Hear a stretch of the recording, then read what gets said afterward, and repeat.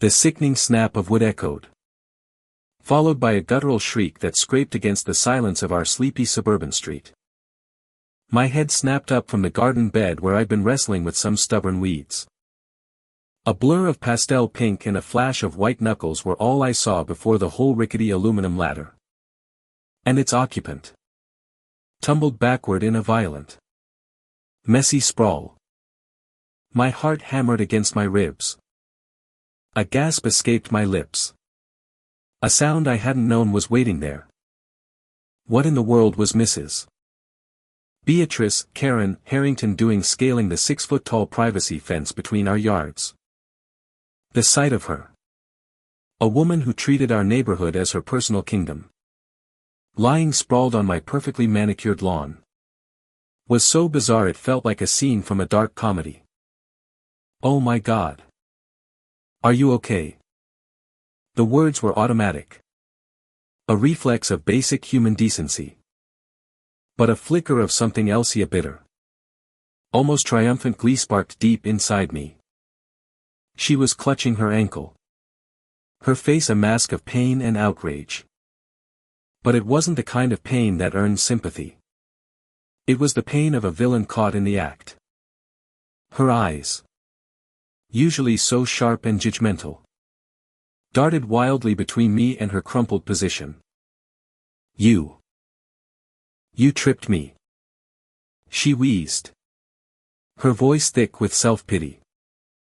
The absurdity of it all was almost too much. I stood, slowly, a cold, hard knot of fury tightening in my gut. My hands were still coated in dirt. I looked down at them, then back up at her. A slow, disbelieving shake of my head. I was a good 10 feet away from you, Mrs. Harrington. I was weeding my hydrangeas. How exactly could I have tripped you? My voice was calm, almost dangerously so. A delivery driver, who had just pulled up and was now staring, wide-eyed, from the sidewalk, dropped a package with a soft thud. Even the birds seemed to have gone silent, holding their breath. It's your lawn. It's uneven. You know the HOA bylaws state that all lawns must be perfectly graded. She spat out, her voice rising in a frantic, desperate crescendo. I was simply performing a wellness check on your property, as is my duty as HOA president. This is your fault. I felt a slow, burning warmth spread through my chest. The kind of heat that signals a point of no return. A year. For a solid year. This woman had made my life a living hell. She'd fine me for the wrong shade of exterior paint, for my roses obstructing the sidewalk, and even for leaving my recycling bin out for an extra hour. Every single morning, I'd feel her stare as I backed my car out of the driveway. Her judging eyes a physical weight. But this was a whole new level of audacity. This was breaking and entering. Plain and simple. And a sudden, almost electrifying realization hit me. I had proof. Wellness check. I asked. A bitter laugh escaping my lips. I reached into my pocket and pulled out my phone. I held it up. Screen facing her. The bright red indicator light blinking.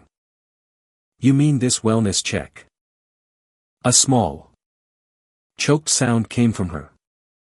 Not of pain, but of pure, unadulterated shock. Her eyes, which had been so full of fury, went wide with dawning horror. I could see the wheels turning in her head. The frantic calculation. This wasn't just a confrontation about my lawn. This was about her pride. Her power. Her entire self-appointed role as neighborhood queen. What What is that? She stammered, trying to scramble up. But her injured ankle gave out, and she collapsed back onto the grass with a pained grunt. That. Mrs. Harrington, I said, my voice dropping to a low, cold timbre, is the live feed from my new motion-activated security camera. The one pointed directly at this patch of fence. It's been recording since 6 a.m. I have a whole hour of footage of you loitering. The word hung in the air, heavy and damning. The sound of approaching sirens was the only thing that broke the tense silence. I hadn't even called them yet. A quick glance revealed a new twist in this already surreal afternoon. My neighbor, Mr. Davies, was standing at his own fence. A wide, almost evil grin on his face.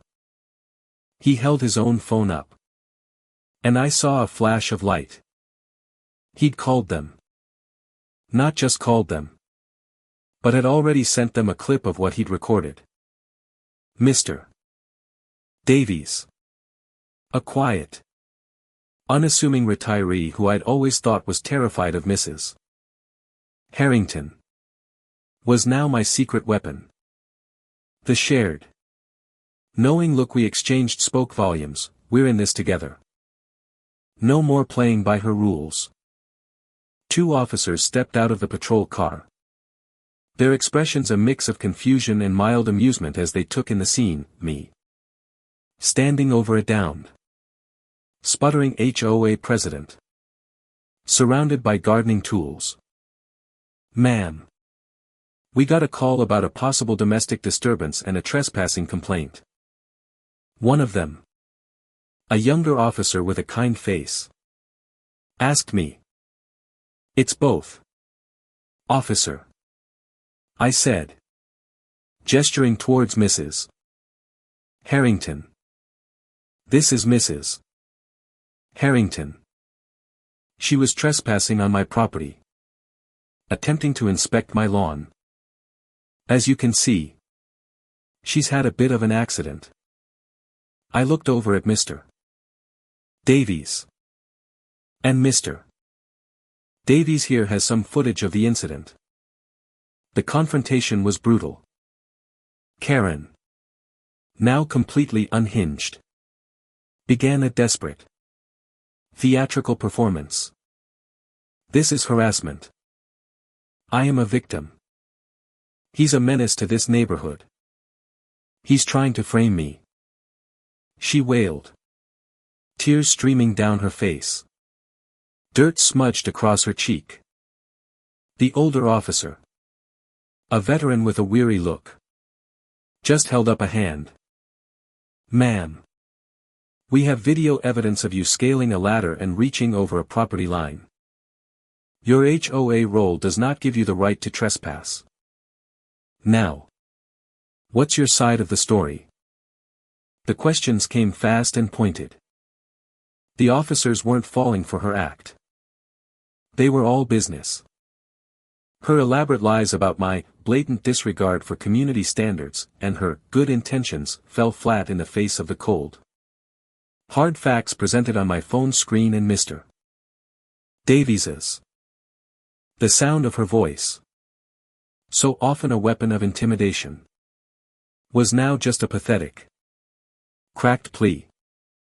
My own emotions were a whirlwind: anger, relief, vindication. A quiet sigh escaped my lips. A release of all the stress she had built up over the last year. The turning point was when the older officer looked at the footage of Karen trying to reach for something in my yard.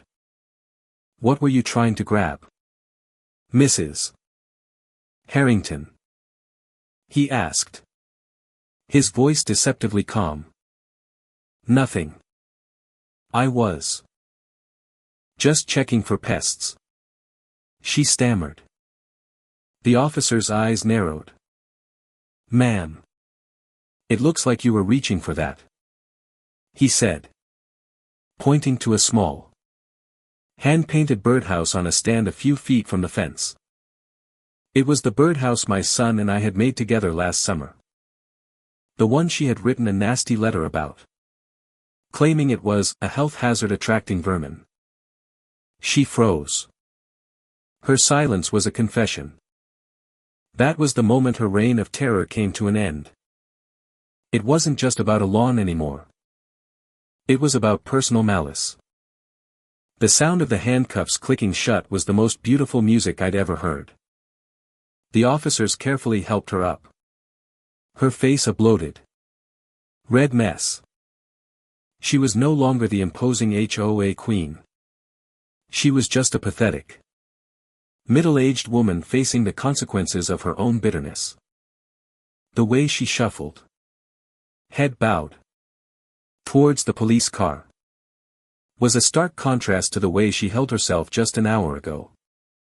The sound of the patrol car door shutting with a solid thud felt like the final chapter closing on a very long, very unpleasant book.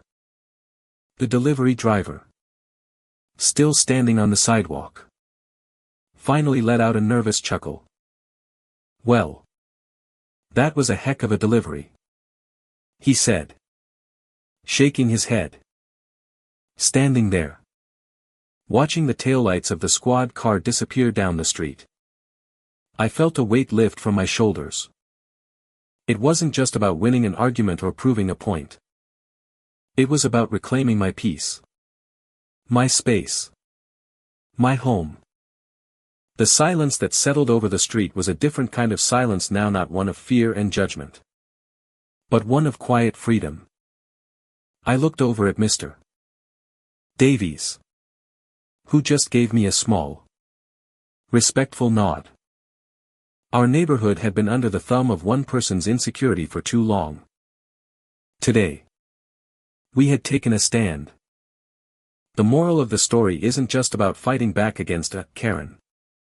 It's about the power of standing together, of having a community that has your back, and of using the tools at your disposal to fight injustice. It's a bitter pill to swallow for someone like her. But for us, it was the start of something new. So, I have to ask you, my friend, in a world where people like this thrive on intimidating others, was my choice to press charges to see justice served and not just get her to leave the right one? Was it vindictive? Or was it necessary? We all have to draw a line somewhere. Where would you have drawn yours?